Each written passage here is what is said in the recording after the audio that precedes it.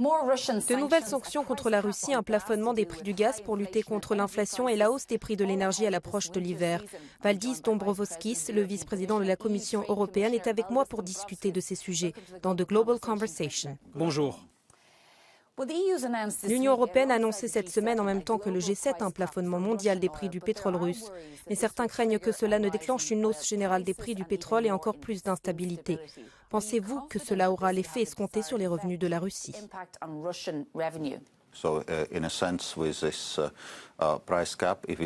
Avec ce plafonnement des prix, en tout cas s'il est mis en œuvre au moins au niveau du G7, mais peut-être aussi à un niveau plus étendu, d'une part, nous allons priver la Russie de revenus supplémentaires qu'elle pourrait utiliser pour financer encore plus sa guerre contre l'Ukraine.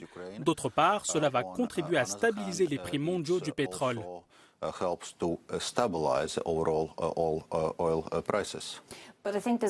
Mais je pense que l'on s'inquiète aussi du fait que tout le monde ne soit pas membre du G7 et de l'UE, comme l'Inde, la Chine et d'autres pays qui vont peut-être se servir du pétrole russe et payer le prix fort. Nous savons qu'à l'heure actuelle, la Russie vend déjà son pétrole à la Chine et à l'Inde avec une réduction importante par rapport aux prix mondiaux. Elle devra probablement vendre son pétrole avec une réduction encore plus importante et ne percevra pas autant de revenus. L'objectif de réduire la capacité de la Russie à financer sa machine de guerre est donc bel et bien favorisé par l'imposition d'un plafond de prix. Donc pour résumer, dans tous les cas, ça sera efficace. Est-ce qu'il y aura également un plafonnement du prix du gaz russe à destination de l'UE ? Nous avons parlé du pétrole, mais qu'en est-il du gaz ?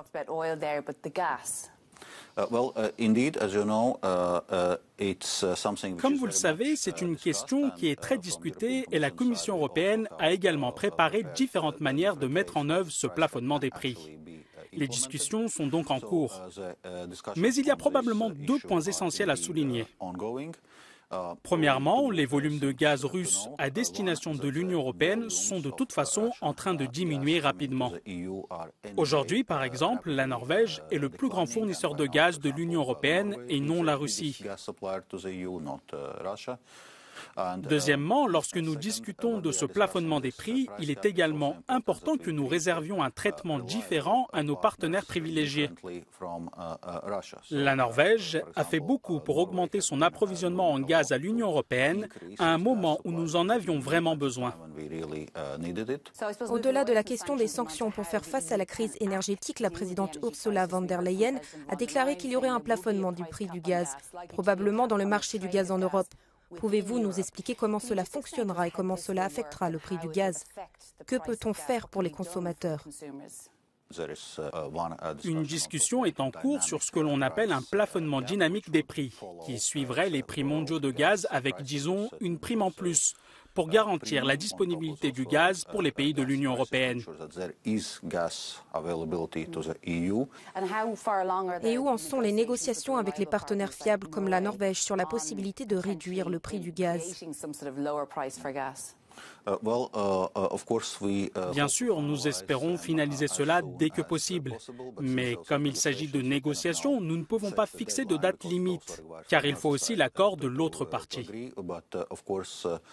Mais nous gardons à l'esprit que cela doit être fait dans un délai très court parce que nous faisons face à une situation de crise. En ce qui concerne la façon dont les États membres de l'UE ont traité le problème, êtes-vous préoccupé par la décision de l'Allemagne d'annoncer unilatéralement un plan énergétique de 200 milliards d'euros ? Pensez-vous qu'il s'agisse d'une concurrence déloyale ?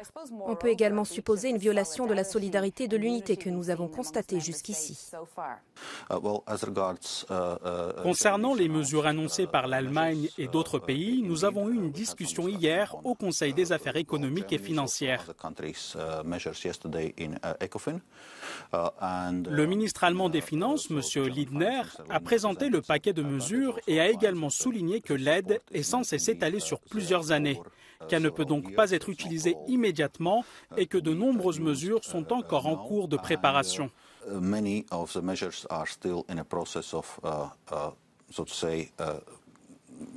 La façon dont ces mesures vont être mises en œuvre reste donc un peu ouverte. Nous avons également vu les interventions des commissaires Thierry Breton et Paolo Gentiloni. Y a-t-il un clivage au sein de la Commission ? J'ai l'impression que par rapport à la position de l'Allemagne, ils appellent à plus de solidarité que vous. Tout d'abord, il faut savoir qu'il y a un certain nombre de mécanismes de solidarité qui sont déjà disponibles. Pour vous donner un exemple, nous disposons encore de 225 milliards d'euros non utilisés provenant de l'instrument appelé Facilité pour la reprise et la résilience. En fait, hier encore, les ministres des Finances du Conseil ECOFIN ont approuvé la proposition dite Repower EU, qui d'une part accélérerait l'utilisation de ces 225 milliards d'euros et d'autre part mettra sur la table 20 milliards d'euros de subventions supplémentaires pour relever les défis énergétiques actuels.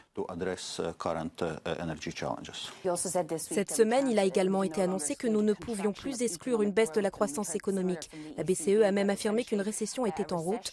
Est-ce le scénario le plus probable? Ce que nous constatons, c'est que le premier semestre de cette année a été assez bon. Et nous allons probablement revoir à la hausse nos prévisions de croissance pour cette année. Nous avions prévu une croissance de 2,7%. Mais nous assistons également à une détérioration rapide de la situation avec des indicateurs de confiance en chute libre. Je dirais donc que les perspectives économiques dépendent aussi dans une large mesure de la manière dont nous allons gérer la crise énergétique actuelle.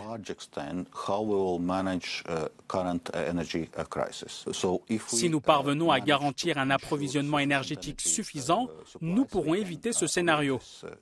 Beaucoup de choses dépendront donc de la manière dont nous allons gérer la crise. Compte tenu de ce dont nous venons de parler, à savoir les préoccupations liées à la forte inflation dans le domaine de l'énergie et les nouvelles sanctions contre la Russie, comment l'UE pourrait-elle s'assurer du soutien de ses citoyens? Tout d'abord, ce dont nous nous préoccupons actuellement, ce sont les conséquences de l'agression de la Russie contre l'Ukraine et des décisions prises par Moscou. Par conséquent, la meilleure façon d'atténuer les conséquences de la guerre est de l'arrêter. Parce que plus vite nous mettrons un terme à cette guerre, plus vite nous pourrons commencer à nous relever. Et de ce point de vue, il est très important que nous continuions à fournir un soutien à l'Ukraine. Il s'agit de soutien militaire et financier, surtout après les dernières mesures prises par Vladimir Poutine pour intensifier la guerre. Monsieur le vice-président de la Commission européenne, Valdis Dombrovskis, merci beaucoup d'avoir été avec nous dans The Global Conversation. Merci.